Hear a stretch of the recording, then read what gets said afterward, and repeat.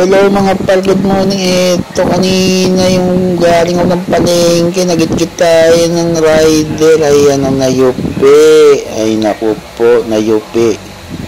Isko po. Ay naku. Siyempre, imbis na may stress tayo, may pag-away, no? Naisip natin na gawin na lang natin, solusyonan na lang natin. Diba? Kasi hirap i-stressin pa natin yung sarili natin dyan. So, thankful na lang dahil kahit papano, no, meron tayong alam sa mga ganyang bagay. So, kaya nating ayusin yan kahit papano. So, ayan guys, no? Sinisimulan na natin yung pag-aayos. So, gawin natin yung best natin. Mahalaga yung kompleto tayo sa materyales para matrabaho natin ng maayos yan kahit papaano. So ayan guys, nililiha ko na yung mga kailangan lihain dyan, mga ano dyan, mga nagasgasan. So ayan o, diba, napalpal na rin natin yan guys, napukpok na rin natin yan. So pero syempre di natin may babalik kung talagang korte yan, pero syempre magagawan pa rin natin ang paraan yan. Tulad nga ng sinabi ko, meron tayong konting alam dyan. So ayan, naghanap ako ng kulay. Yung kulay niya talaga. So ang hirap, wala akong mahanap. Talagang wala akong mahanap. Pero ito na lang nabili ko. Original red. So ang diskarte ko dyan. So kakapalang ko na lang yung kulay para kahit papaano, pag-spray kakapalang ko na lang mga ilang patong. Para kahit papaano, medyo hindi halata na medyo lighter siya dun sa tunay na kulay. Ang hirap kasi maghanap eh. So, kaysa hindi natin magawa, yan na lang. Diba? So, ayan guys, bumili din tayo ng polytop. Hindi importante yung polytop. Saka hardener. So, para matanggal natin yung ano dyan. Matapala natin yan, no? Diba? Matapala natin yan. Puminis ulit yan. So, ayan, napalpal na natin yan. Naliha na rin natin. So, ayan, nahaluin na natin dyan yung ano. Polytop, syempre. Haluin muna natin.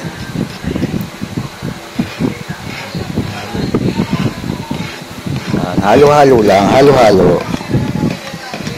Diba? Kasi medyo mayroong ano yan eh. Mayroong liquid substance sa taas eh. So, ayan o. So, maglalagay lang tayo ng kapiraso. Ayan.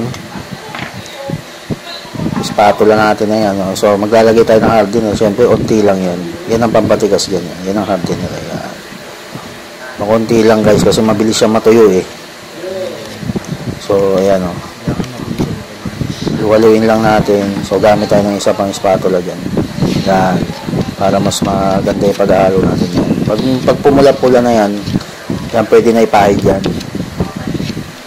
Ibig sabihin, nahalo na talaga siya. Yan, sige. So, yan na. So, pahid natin yan dyan. Pahid natin doon sa tingin natin doon yung may lubog. So, diba? Usually, kailangan yan pagka pinapahid yan. Doon tayo sa lubog, siyempre. Huwag doon sa nakangat. Sa lubog tayo. Yan ngayon pang ano natin, papalaman natin doon eh. Diba? So, yan. Mabilis matuyo yan guys, kaya kailangan mabilis din yung pagpahid mo dyan. Yan, tuyo na nga yan, matigas na nga yan, kaya dinidiinan ko na.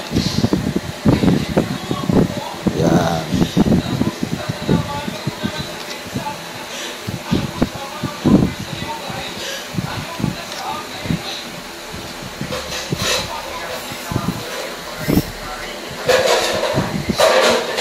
So, yan na guys, hintayin lang natin matuyo yan.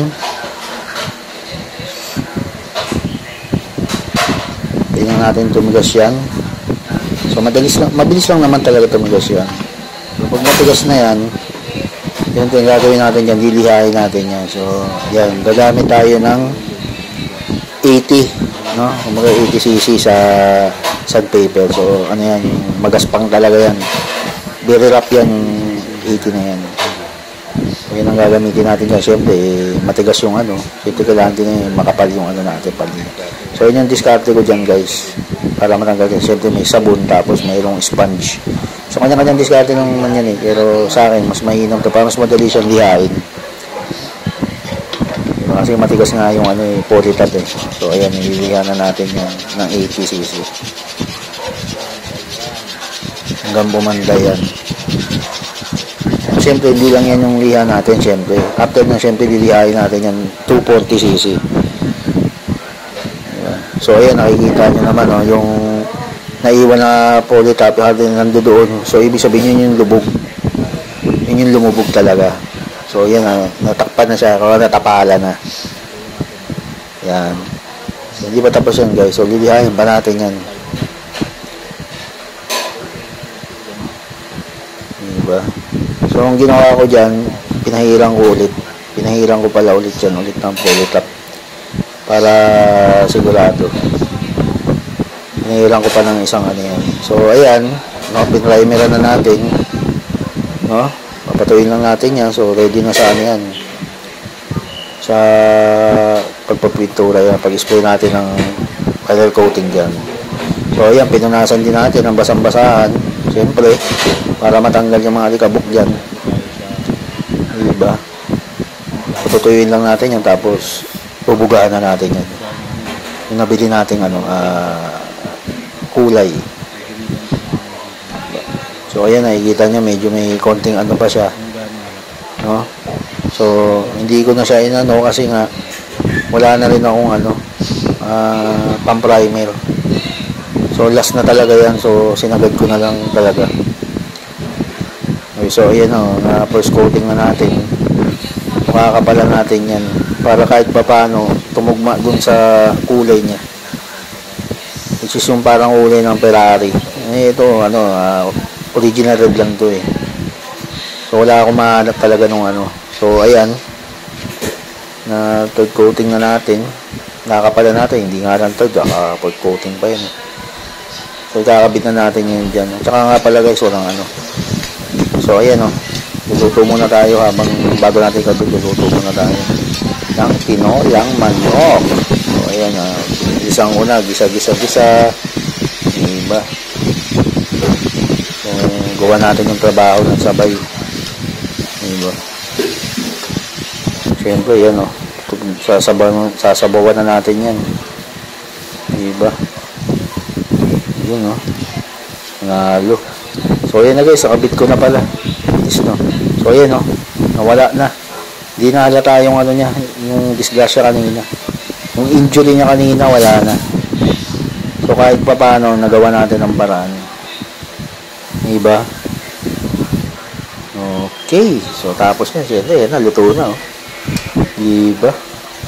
Panis. Solid na solid. Lapsa. Okay, love you guys.